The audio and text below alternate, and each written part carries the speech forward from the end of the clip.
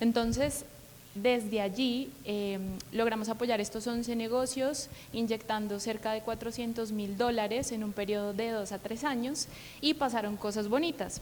Logramos generar más de 3.000 empleos dignos, donde el 38% eran mujeres y más de 16.000 beneficiarios indirectos relacionados. Y $400.000 podría sonar poquito, pero es mucho cuando pensamos que esos 11 negocios tienen agencia de decisión y guardianía sobre más de 17 millones de hectáreas en la Amazonía peruana, colombiana y brasilera.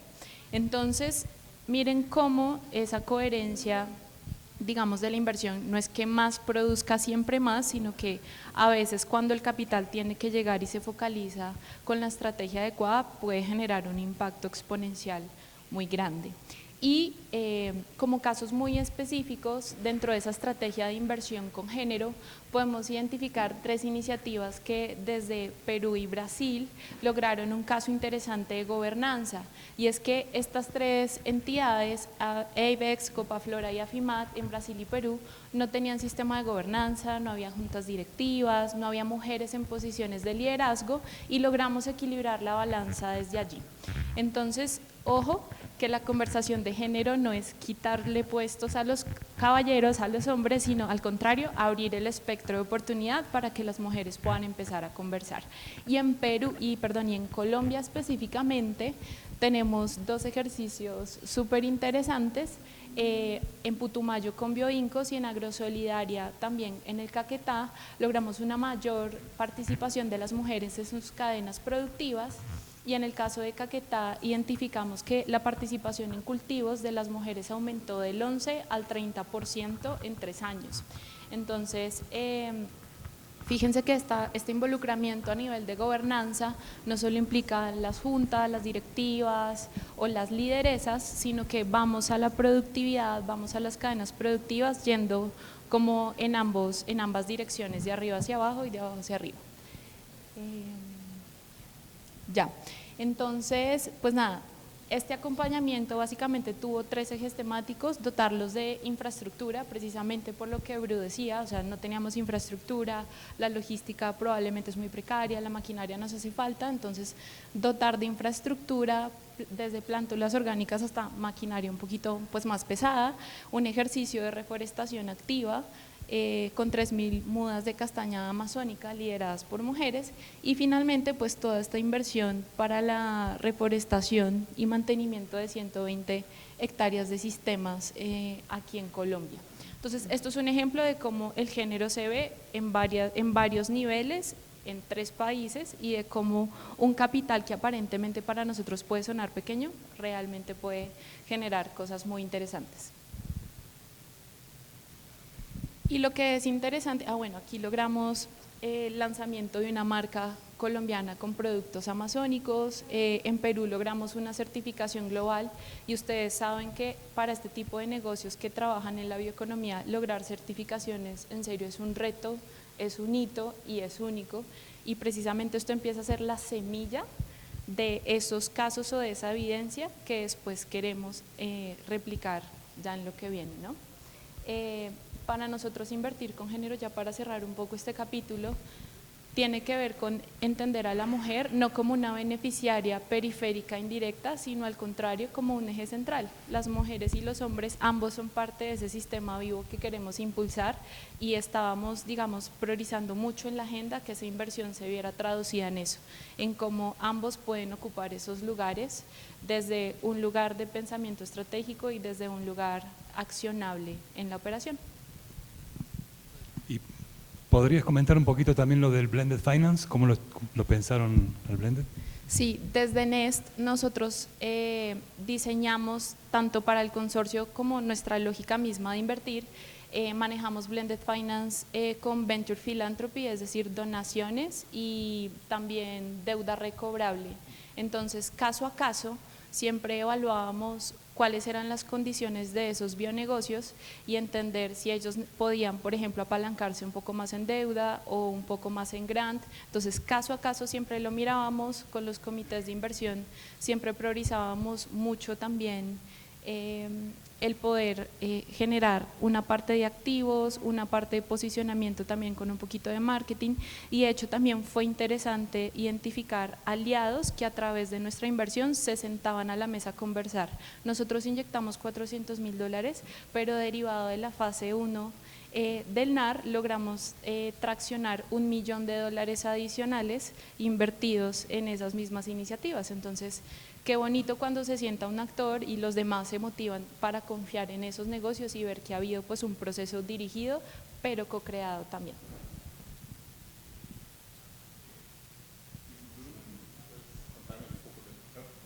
Sí, bueno, con el propósito de justamente traer todas esas experiencias de conocimiento generado en torno del enfoque regenerativo, las experiencias de los negocios que se lleva sistematizando, mapeando, trabajando junto, se pensó el Hub NAR, justamente con el objetivo de traer, de fusionar todos esos conocimientos generados, conectar a esas personas para justamente fortalecer el ecosistema regenerativo, ¿no? No pensando solamente en poner todo lo que el consorcio viene generando o estudiando, pero realmente traer en ese espacio todo lo que se viene generando entre colegas, amigos que están trabajando también en este enfoque en Latinoamérica, ¿no? Y la idea justamente es un espacio que conecte ese ecosistema. Entonces, ese es el espacio oficial del Hub, que es el regenerativo.org. Y puede pasar. Y aquí a modo de ejemplo, ahí ponemos, por ejemplo, el mapa de iniciativas donde realmente ustedes pueden ver, estos son ejemplos de los filtros de negocios y de los actores que mapeamos justamente para que ustedes puedan encontrarse y saber qué uno hace, ¿no? Y poder generar algún tipo de conexión entre ustedes. Está el espacio de aprendizaje, donde traemos los negocios que estudiamos. Pode passar, Tomás. Donde traemos los espacios de intercambio que generamos también, que después Pablo va a hablar un poquito más, donde traemos un banco de informaciones y documentos que se va generando en torno de este enfoque, ¿no? Y ahí también se puede filtrar por temas dentro del enfoque regenerativo que usted quiere entender y conocer un poco más. Y todos esos espacios que les estoy mostrando son espacios que son colaborativos. Ustedes pueden enviar documentos que les parece interesante, que no está ahí, o que es de la organización que ustedes trabajan, y para que podamos meterlo ahí también, así como el mapa de iniciativas también para ingresar negocios y actores que también están trabajando en este enfoque, ¿verdad? Y está la comunidad. Llamamos ese espacio de comunidad justamente como una idea de que las personas que están interesadas en intercambiar un poco más dentro de ese espacio puedan a través de ese medio hacer un registro a esa comunidad, integrar el grupo de WhatsApp que actualmente está un poco inactivo, pero realmente en la fase 2 esperamos activarlo más, ver los eventos que están ocurriendo y bueno, después ahí hay otras informaciones que tal vez visitando y ahí pueden conocer un poquito más. Sí, no, y solo también decir que actualizar, tenemos 17 minutos más, así que el tiempo se va cortando, así que vamos un poquito para adelante. Pablo, cuéntanos un poquito de los webinars que tuvimos. Sí, tuvimos a partir del lanzamiento del Hub, como parte del esfuerzo de la pedagogía social que había que hacer sobre el tema de regeneración. Es un repositorio que tiene muchos elementos para quien quiere introducirse o quiere profundizar en temáticas regenerativas. Entonces, a partir de ese lanzamiento del Hub, fuimos identificando algunos puntos que tenían que ver o con procesos que impulsaba el consorcio o con temáticas emergentes que merecían como una ronda ahí de conversaciones desde el consorcio.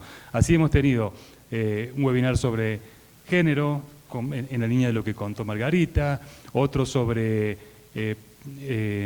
mercados de carbono, sobre inversiones regenerativas. Me acuerdo que ahí, Toño, se anunció el LARIS, el primer LARIS, aprovechamos ese webinar para discutir temas de inversión, pero anunciar también que se venía el primer LARIS, y el de políticas públicas. Recién, cuando estuvimos en la carpa principal, antes del almuerzo estaba el tema del panel de políticas públicas, y ahí nosotros íbamos a comentar también algunas cositas, porque impulsamos un estudio sobre políticas públicas comparadas, tratando de identificar qué había en las políticas públicas de la región sobre regeneración. La verdad que en ese momento, año 23, 24, encontramos primero que no había marcos normativos específicos para regulación, para regeneración, pero había mucha regulación asociada, por ejemplo, a temas de agroecología, claramente, ¿no? y a otros temas afines. Hoy María, en ese mismo panel, María de Uniandes, comentaba que cada vez hay más leyes que toman algunos temas específicos, pero lo que está faltando es cómo atacar de frente directo las barreras. Entonces, bueno, ya vamos a comentar un poquito cómo en esta segunda fase del consorcio volvemos a enfocarnos en temas de políticas públicas. Sí, gracias, Pablo. Y dentro de todo este trabajón nació un hijo colectivo, ¿no? Que Toño puede contarnos un poquito de la historia. Gracias. Pues parte del trabajo y lo que hemos encontrado es confirmar lo que hemos visto en estos días, que no hay suficientes recursos por muchos motivos para impulsar la regeneración.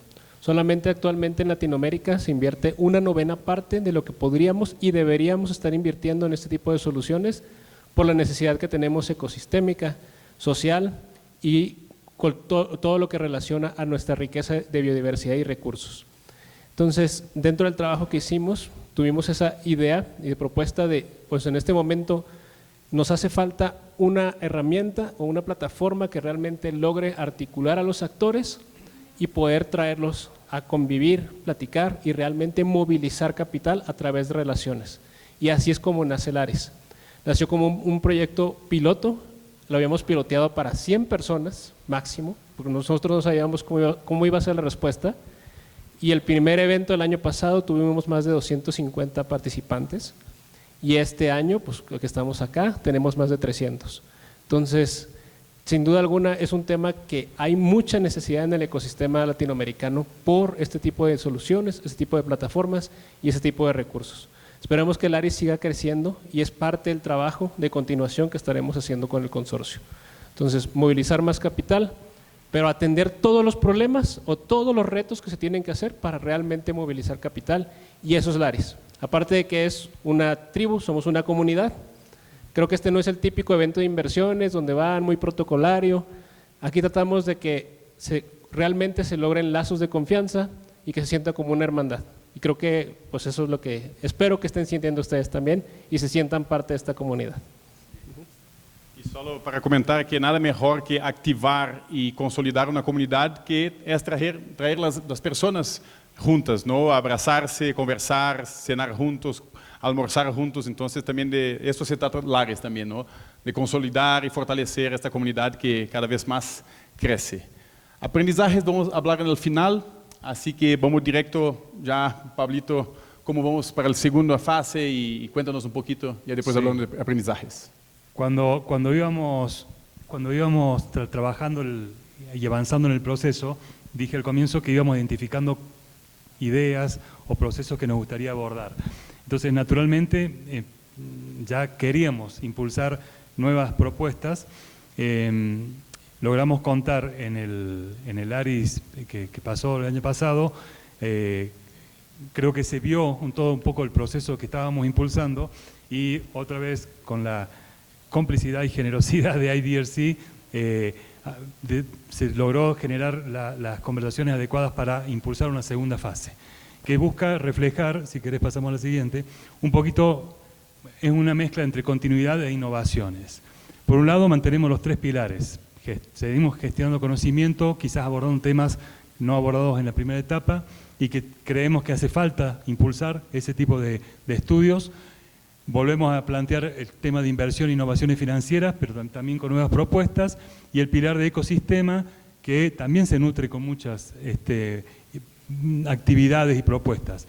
En pilar de conocimiento, uno de los temas fundamentales del tema de políticas públicas era que aparecían siempre el tema de los subsidios, el peso de los subsidios a la agricultura tradicional y la falta, en todo caso, de incentivos para la regenerativa. Ahí, Ricardo, con el equipo está empezando a encarar un estudio sobre temas de competitividad, de subsidios, también de los consumidores. Vamos a actualizar ese hub que nos pone siempre muy orgullosos, muy contentos como marco de referencia.